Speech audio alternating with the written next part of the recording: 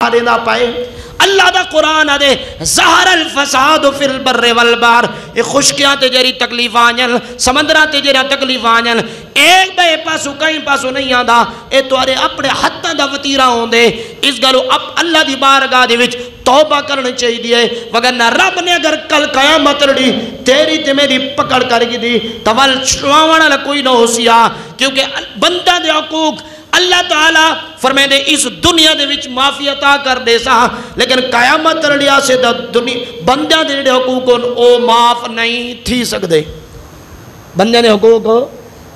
معاف نہیں تھی سکدے اللہ دی بارگاہ دے وچ دعا ہے مالک جڑا کچھ بیان کیتے اندے تے عمل دی توفیق عطا فرماوے اللہ رب ذوالجلال اپنے محبوب علیہ السلام دے صدقے نال تیرے تے میری حاضری اپنے بارگاہ دے وچ قبول تے منظور فرمائے ایک مسئلہ ہے شرعی مسئلہ ہے او سماعت کر گنو سارے پاسے بہت سارے لوگ تھکے ودے ہوئیں یا ساریاں ماما بھینیاں تا او نماز بہ کے پڑھ جن چاہ نفل تا بندہ بہ کے پڑھ سکتے لیکن سنت تے فرض بہ کے نہیں پڑھ سکتا وطر بھی بہ کے نہیں پڑھ سکتا ان دے وچ ایک ایویں ہوندے کہ پہلی رکعت دے وچ تک کھڑے تھی کہ نماز شروع کیتی ہوئے اندران لیکن ولا جلے بائی رکعتاں جتنا پڑھ جنو سارے بہ کے پڑھ جن یاد رکھے نماز دے وچ جڑا قیام ہے نا او فرض ہے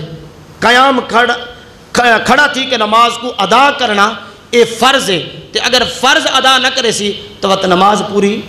اگر کوئی سارے ماما بہنیاں بہ کے نماز پڑھ دیا ہوئیں تو تسا اپنے گھر والے کو سمجھے سو کہ مولوی صاحب مسئلہ دسے کہ نماز بہ کے نہیں تھی دی نماز کھڑے تھی کہ چاہے عورت ہوئے بڑھڑی ہوئے چاہے جیری ہوئے ہاں اگر اس کو طاقت نہیں جیری بالکل ضعیف العمر ہوئے یا بالکل اباہ نہ سکتی ہوئے